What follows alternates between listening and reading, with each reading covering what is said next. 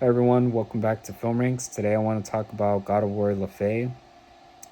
This game is going to be the newest God of War game installment, and honestly, I just want to talk about my initial thoughts after seeing the gameplay. If you haven't seen the gameplay, it's already out on YouTube. It's 22 minutes long, and it's just introducing Kratos' wife, who's already dead, by the way. So yeah, I mean, definitely going to be spoilers in this. Go watch that video if you haven't seen it. And that's another thing. I think this is the first God of War game that has footage of 22 minutes of gameplay way before the game was already out. And that's already giving me the idea that there's going to be already a lot of people who are not going to really tune into this game, like, or try it out. And to be honest, seeing the combat, at least, it looks really cool. That part did kind of hook me when I saw that, but I think story-wise, this game doesn't really fit well with the God of War franchise. I think that's what a lot of people are gonna think too, like, why does this game need to be made? Because when you see the footage of the gameplay, you're gonna think, how's this game gonna even end? Like, is she really going to believe that she's gonna go back into the living realm and find her husband and son? Like, that's the biggest thing that I'm thinking of after everything I saw. And this is just putting aside a talking sword and a cube, as her next best friends. That, like, I'm not even really that surprised because we had a talking head literally sitting on Kratos' butt for like the fourth game almost the whole time, and it was just, nobody really questioned that. But now we got a talking cube and a talking sword. So that's what's going on in God of War Laufey. And to bring some backstory to make this make more sense, this game is taking place during the fourth game, where you and Kratos, like, where you're seeing Kratos and Atreus, like, they're basically burning the corpse of Faye, like and like into ashes, because they're gonna climb this mountain to release her ashes and all this sort of stuff. So the idea is that she died a tragic death, and now we're playing her as if she's already alive again, but it's the afterlife. And it didn't seem like a very peaceful one just by what takes place after. And even in that, it's kind of a meme, it's like, what did she really die for? It didn't seem like she have a peaceful death after seeing a new enemy boss and her minion that looks literally like Satan. It's insane. And she gets captured, and we see all this crazy stuff happening with fire and combustion and animals getting killed. And yeah, so she is pretty much caged up, and there's this talking cube and a talking sword, and they're trying to figure out how to get out, and they find a way to do it using phase magic. And she mentions that she has a promise to Kratos to keep.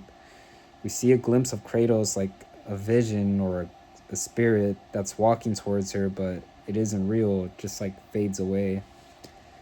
And she's like talking as if like she's not supposed to be there, like, you know almost as if she's still supposed to be with Kratos and her son. And after you see her fighting, literally Satan, I guess, because I don't know what to call the guy, um that's literally like the end of the gameplay. That's, you see a little bit of fighting, and that's it. And the thing that I'm latched onto is like her mentioning the promise to Kratos. So it's like, and then she also, So then she also mentions that she's not supposed to be in the spirit realm. So it's really giving me the vibe that she's trying to go back. And I don't think she can. I mean, I don't know how this game is going to end, but at what point is it going to make sense if she really does go back? You know, she's going to see her son so grown up already, and then Kratos, I don't know, like, is he going to be with Freya? That's going to be weird, you know? Like, it's kind of awkward because I get that they're not romantic, at least, but it seems like they were spending a lot more time in the last game, so I don't know.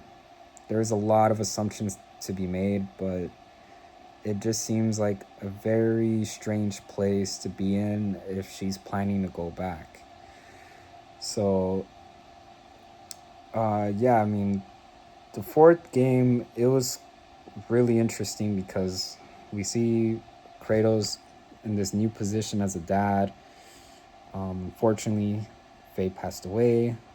He's teaching Atreus how to hunt, how to defend, how to use his bow and arrow, to basically use his new powers as like, or not like teach so much, but like help him discover his powers, I guess. Because once we get into the last God of War game that was out, he's already discovering that for himself, like turning into the bear, and then just using more summoning magic. And that's very different from what Kratos can do with his Spartan Rage, and Atreus can do that too, but not effectively. It would actually kill him. So yeah, it's still different, and um, Atreus has giant magic, so apparently that's a whole different thing. That's pretty much what Faye has. But again, in this new game, okay, this game would have made more sense if they were making it about how Faye met Kratos. Like, how their paths would have crossed would have made more sense as a game where you can play both characters instead of this new game. If I'm being totally honest, this game definitely feels like mid-tier, 6 or 7. I don't know. I hope I'm wrong. I hope it's better than what a lot of us think, but I just don't see it being something that really needed to be in this franchise as of now, because it feels like something where it's like, if it's a short game, maybe, but if you're playing this for hours just to be disappointed by the ending, I don't know. I don't know. And I'm just making an assumption, right? Like, I don't know how this game is going to end, but it just seems like from what I saw, she's going to try to go back to the living realm, and I'm just not sure if she's even going to be able to succeed doing that, because you would assume she would, but is she going to be happy with what she sees? And what timeline is she going to see Kratos again? Is it going to be, where he's going to Asgard? Because, that's the last time Kratos imagined seeing her, at least as a living spirit, but not living, of course. So there's a lot of speculation. I'm not convinced this is going to be as good as the last two games, but I think will be interesting, at least with the combat and just curiosity, right? Because at this point, nobody really knows what the ending of this game is going to be until, this game comes out. So there's a lot of speculation, but I still think the last two games that came out were quite solid. They were great games. And I think what this game takes away is the fact that I think Faye's death was supposed to be meaningful in keeping her that way, unless there was a very intelligent way of bringing her character back. Like, I don't know, like at least the way um they explained it was Brock, and how there was like there was necromancy used on him, or even the way Atreus used magic to bring back Fenrir, right? Like we all saw that in the last game, like, but this is not that. This is something totally different. So I just feel very skeptical about this game making sense or being satisfying as the last two games. So time will tell. You know, all of this rambling is just to say we'll see what we see. And that's all for today. Um, there's not much I could really say about the last two God of War games, except that I think before meeting Thor and, you know, having a Trace as a young boy was a little bit more interesting, because I still think at this point Kratos is still able to fight much closer to his peak.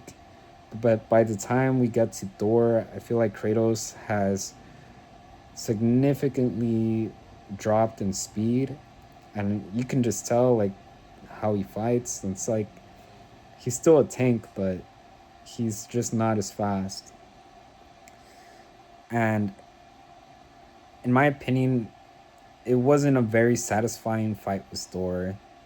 I think, if anything, Thor looked way cooler and was a much cooler character by that time, but I wasn't satisfied how the last God of War game ended. Was like the fights. I think that could have definitely have been way better, but it is what it is.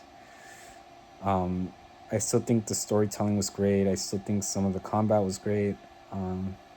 But if I were to say which games were better since like these new ones that came out, I still think the fourth one was the best.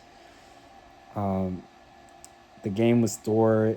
It was like second place, and I would say the newest game is third place. That's how I'd rank them. And yeah, that's all I really have for this video. Thank you for watching, and I'll see you in the next.